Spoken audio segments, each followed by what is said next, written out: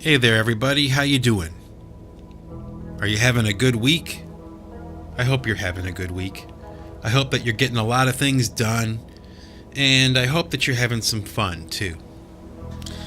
Today I wanted to continue the discussion I was having in the last episode, episode 17, about the word fame and how it related to my life and how my view of fame has changed over the years. Now, since we're talking about the word fame, I figured it would be appropriate to begin this episode with a definition, the definition of the word fame. I probably should have done it in the previous episode. I hadn't thought it out that much. I was just kind of talking. So, the definition of fame, according to the New Oxford American Dictionary, which is a very thick and reliable book, printed in millions, and we are going to trust it as a reliable source for information. The word fame, F-A-M-E, the first definition, the condition of being known or talked about by many people, especially on account of notable achievements. Famous for having or being. Now, having read that definition, I'm going to look up another word. Infamous. So, infamous definition. Well known for some bad quality or deed. That's infamy. Okay, and I guess we'll go with a third definition for the word famous. F-A-M-O-U-S. Famous. Known about by many people, having no recognizable or distinct reason for one's fame other than high media exposure. Now, I want to clarify something before I continue with my talk about fame. And what I want to say is this, that while you, the listener, may or may not be familiar with my music or familiar with any of the other things that I've created, there are quite a few people who are and have been my whole life. They've followed me and they cared about what I was making and put out into the public. Okay, I don't know how familiar you are with me, okay? But I would imagine that if you're listening to this, you've probably heard of me, okay? And something you need to understand is that even though this may be the first time you've ever heard of me, I've been an active artist and creator and musician since I was 14. And I'm 45 years old right now as I'm talking to you. And I never stopped. Okay? So I would argue that I have actually suffered my own version of fame throughout my life.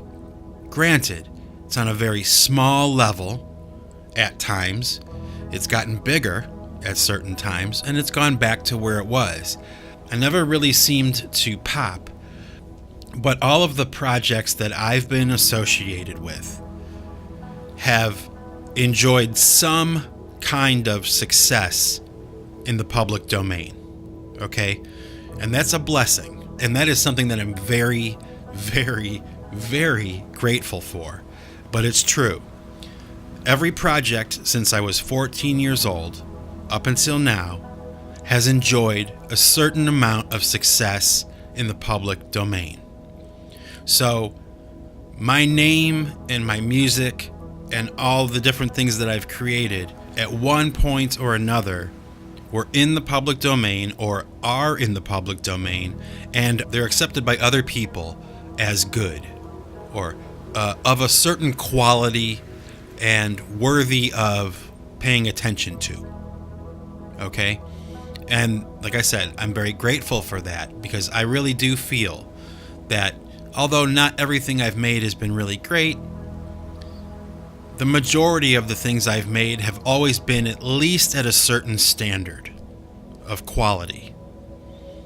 Some better than others, but I think I've consistently maintained a standard of quality as an artist and a musician and as a songwriter. Just saying. Is it ego? Absolutely not, because I have nothing to be egotistical about. I wouldn't be justified in having an ego and being egotistical and thinking that I'm something that I'm not. I'm not justified in that. I know exactly what I am. I know exactly where I am. I know exactly what level I'm at. And there's no room for ego. Now, saying I don't have an ego, I have to also say that that doesn't mean I don't want my work to be successful and to be good. And it doesn't mean that I think that all of my work is bad. I do think that a lot of my work is really good, but that's still not a reason to have an ego. I mean, there's always a lot of room to get better, and I have no illusions about that. And I never have. And while I may have some ego or something, it's really just probably at the same level that everybody else's is at. And it has no reason to be otherwise. I want to succeed. I want to make good art. I want to make people happy and make things that people enjoy. And I've made some things that have done that. And I enjoy some of them too. Is that an ego? No. I'm pretty much where I'm going to be, I think. I hope I'm wrong. I mean, who doesn't? But there you go. So, in the last episode, I had explained that I was in 2 bands when I was younger. My first 2 working bands that got paid to perform in front of audiences. And the first band was Rotary 10. The second band was Thumper Incorporated. And with each one of those bands, it kind of like stepped up. The level of buzz around the bands that I was playing in just got gradually bigger and bigger. Okay, so with each band, it got a little bit crazier. And I'll expand on all of those different groups that I was a part of eventually. Like in this discussion, I'll touch on all of them and explain to you exactly what was going on and what happened. With the third time that I had a whiff of fame, it was actually the inception of pipe choir. Okay? And the story goes something like this. Okay? Now, I explained that Thumper Incorporated had released a 7-inch vinyl record. Okay? Well, we had to record that record. So this was officially my first recording studio experience. Okay. And what wound up happening was we were going into the studio to record 4 tracks, 4 songs that we had, 2 for each side of this little vinyl 7-inch, 2 songs on each side. And so we're in the studio setting up, right? And what wound up happening was the engineer at the studio, who was also the owner, it was a very small studio, he and I wound up kind of like hitting it off. Like while we were waiting for everybody to get set up and everything, and you know, I'm kind of sitting there, I was ready to go because they had a drum set in the studio. What he had in his studio was a set of those octagon-shaped electronic drums, those Simmons drums, that didn't require any microphones or anything. They were easier to record, and they didn't make any noise, and they were hilarious, okay? I mean, it was for all intents and purposes, it was functional and it worked, but it was really a disaster. If you ask me, okay, it was a mistake. He should have had live drums. Just saying. So, while I'm sitting there waiting for everybody to get set up, and it would probably take about, half an hour, 45 minutes, maybe an hour even sometimes to get everything plugged in and tuned up and all this kind of stuff, and talking and goofing around and stuff. So while this is going on, we're waiting for everybody to kind of wrap up, and I see that he had a keyboard set up in the studio that the bands could use if they wanted to use them on their recordings or whatever.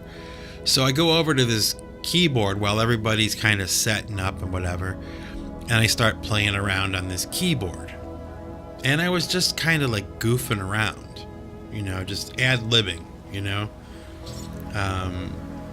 making something up and just kind of playing, just to hear what the keyboard sounded like. And so I'm playing and everything, and I kind of noticed that the room went quiet. And so I looked up, and everybody had stopped doing what they were doing, and they were all my band members and the owner of the studio, they were all standing around me, like staring at me, like I think maybe even a little freaked out. Like they didn't realize that I knew how to play a piano. And I thought that was really kind of funny. I thought they knew, but they were shocked. And they're like, dude, you've got to put that on the record. And I'm like, you think? I'm like, no, I was just goofing around. I was just making it up. I wanted to hear what the keyboard sounded like. And they're like, no. You've got to put that on the record. So the engineer at the studio is like, can you play that again? And I'm like, yeah, I can play it again. So he puts up the tape, hits record, and I start playing, and that song wound up being the opener for the 7-inch vinyl. Now, that kind of like freaked me out because I was not expecting that at all. And they weren't either. Okay, but that started this whole process, okay, of this relationship with me and this engineer. Like he was kind of digging the fact that I was a multi-instrumentalist. Like he thought that was cool because he was a musician himself, and he was a really cool guy. Just a super, super nice guy and really funny, but he had really great sensibilities about sound and treatments of sounds, and much more advanced than anybody that we knew. So what wound up happening was him and I became friends, like I said, and we wound up like getting together away from the band. Like on off days and stuff, we became friends. Actually, I got along with him better than some of my bandmates. So he's like, why don't you come down to the studio like on Friday or something? I don't have a session booked or anything. And he's like, let's just jam. And I'm like, okay, cool, I'll do it. So I show up and he's like, so, do you have anything you want to record? Do you have any ideas? And I'm like, well, I had this one guitar idea. He's like, you play guitar, Yeah, I play guitar. And here's how it goes. Here's a song I was messing around with, because I was always writing songs. I mean, I was always making music when I was alone. And I just didn't have a means to record it or anything. But, I was always picking up a guitar and working on something, making up something. I wasn't very good at playing other people's music, as far as guitar and keyboards are concerned. I enjoyed playing my own ideas more than I enjoyed playing other people's ideas. So I played him this song. I had a couple of songs I thought that were pretty good. They were pretty similar to each other. But, we just started tracking this song, you know, put a guitar track down, he puts a guitar track down over it. I put a drum beat in, he's engineering, you know, and, you know, I sang, I did everything I heard in my head.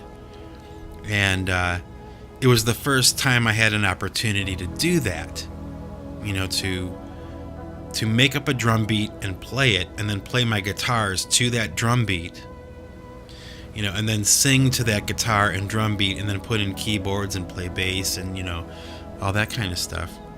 It just blew my mind, you know, this experience. And then, you know, pressing play and listening to the whole thing, you know, coming back at you. You know, you get to hear this idea that you made up in your head, right? Well, that was like a really great experience, and him and I were just having fun. You know, just two guys who love music and had a recording studio at their disposal, just having some fun recording, you know. So I go home with this cassette tape with these songs on there. I think there were 2 songs. So I had a song called Sleep/Savior, and then I had a song called Waterfall. Those were the 3 tracks on this cassette tape, this demo that I had.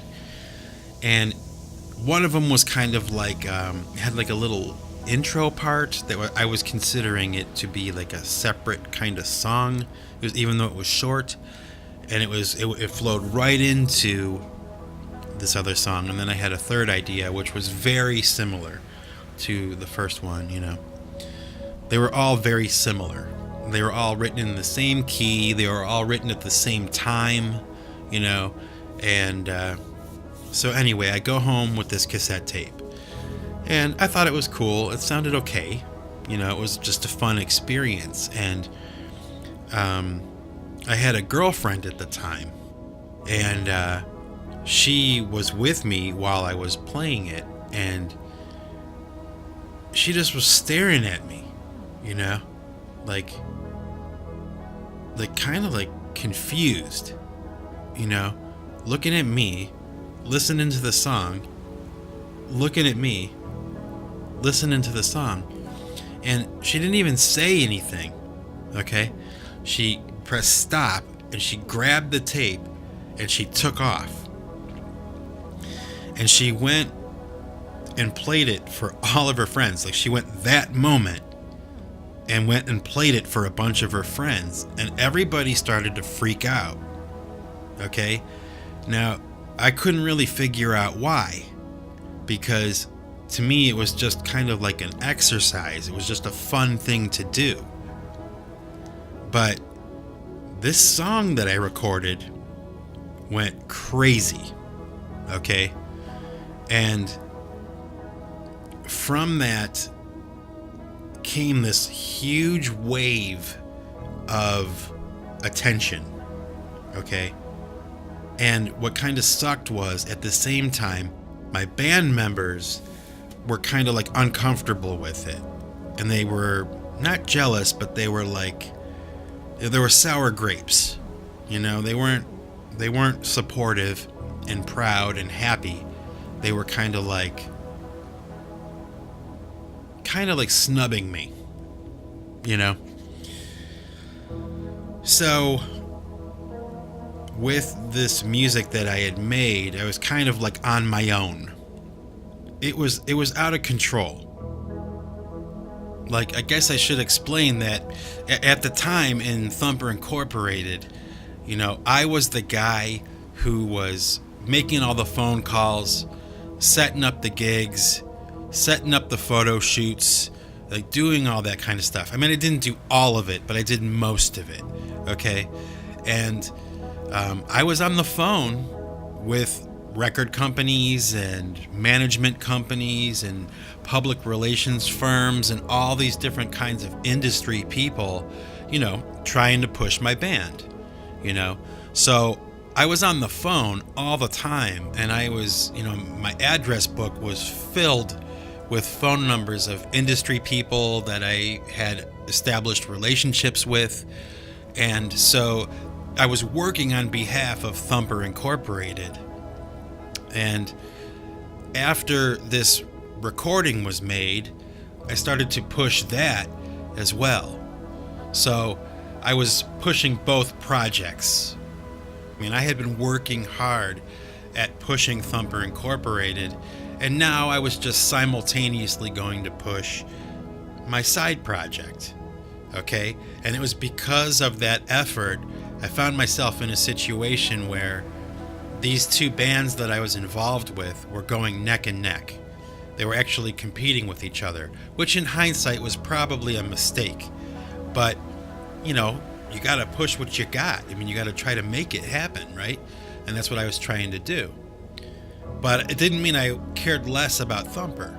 I was very dedicated to that band.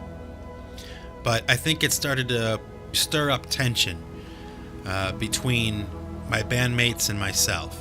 It was out of control. How fast and how intense it got just around this little cassette tape that I had made. And this little cassette tape, this little song that this guy and I had made in the studio that day, wound up going on to commercial radio, which probably doesn't sound like much now, but back in the day, it was like almost impossible to get your music on commercial radio. Okay? Now, what's notable here is that the band that I was in, the band that I was drumming in, didn't make it onto commercial radio. Okay? But my little goof, my little side project thing that I was doing, wound up making it onto commercial radio. And it just took off. The song just took off. And within maybe a month, it had blossomed into this crazy thing. Okay? But what was different about this as opposed to playing in Thumper was now even my family members were starting to get weird around me. Okay? It felt like everybody was kind of looking at me differently, and they were kind of like they knew I would make it. Like, this guy's gonna make it. This is good. You know, this is really good. And I was kind of like a deer in the headlights, you know? But it was real. I mean, it was really happening, you know?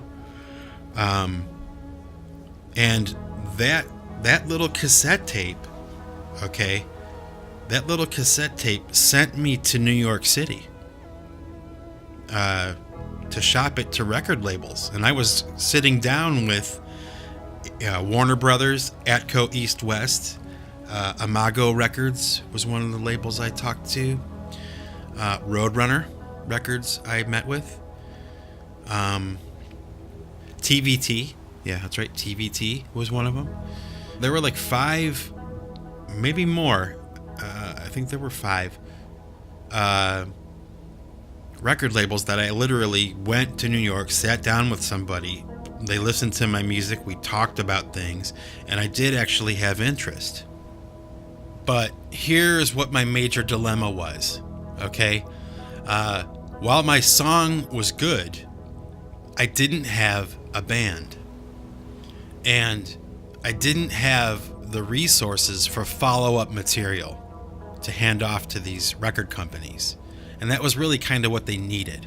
They heard the first song, they were interested, but they needed more. And I needed to be able to showcase the music live, and I didn't have a band. And that was my big problem. Well, you know, maybe or maybe not, I don't know, because I still don't have a band. But I did eventually get a band together to play pipe choir music, and I'll tell you that story in a little bit, because it's definitely part of the story. But anyway, this cassette tape I did just kind of spiraled into this craziness, okay? And that contingency of people that I'm talking about that were being ushered into our lives, at the time I thought were there because of Thumper Incorporated. But I think I realize a little bit now that my song, having hit the bullseye like it did, had gotten the attention of a very powerful group of people. And in hindsight, looking back on it now, I think that's why they were there. They were there to find out what my deal was and where I was coming from. Now, as you can probably imagine, okay, when all this was shaken down with this song that I had, and Pipe Choir was born and was officially established as a group, as a project, kind of out of nowhere. What happened was, I can look back on it now with clarity and certainty. Hindsight is 20/20 vision, right? It just kind of seemed like as soon as this song I had hit the bullseye, everything around me in my personal life started to go downhill. My relationships with people did. My girlfriend turned on me. My girlfriend of 3 or 4 years, the same one who was so excited about that cassette tape, wound up, well, let's just say we broke up. There were other guys that she was more interested in. And this is all while this is happening. Okay, this is all happening at the exact same time. So my long-term relationship is ending. My family's getting weird around me. My bandmates are turning on me. Our audience is starting to decline. And my song is doing better than anything I've ever done before. Okay? And like I said, I'm in New York City, and it actually took me to South by Southwest. I was at South by Southwest, meeting industry people and shopping my music to people and making friends and connections and networking and all this stuff, while my bandmates were back at home, hanging out or doing whatever. And if you don't think that created tension, let me tell you, wow, And it wasn't overt. They weren't outright nasty, but it was just kind of like this tone of sarcasm and kind of downplaying the seriousness of what I was doing. And it was the beginning of the end, I think, for Thumper. And it was obviously the beginning of Pipe Choir. But, so that's all I'm going to talk about for this episode right now. I'm gonna close it up right now, and we'll pick it up in the next episode. And I'll continue on with the story. I'll talk to you about a little more about New York City, a little more about South by Southwest and all that kind of stuff. And I'll talk about putting together a live band for Pipe Choir and how that went. So for now, this is Mike Bostwick signing off. And remember, folks, if you want to keep what you've got to give it away. Take it easy.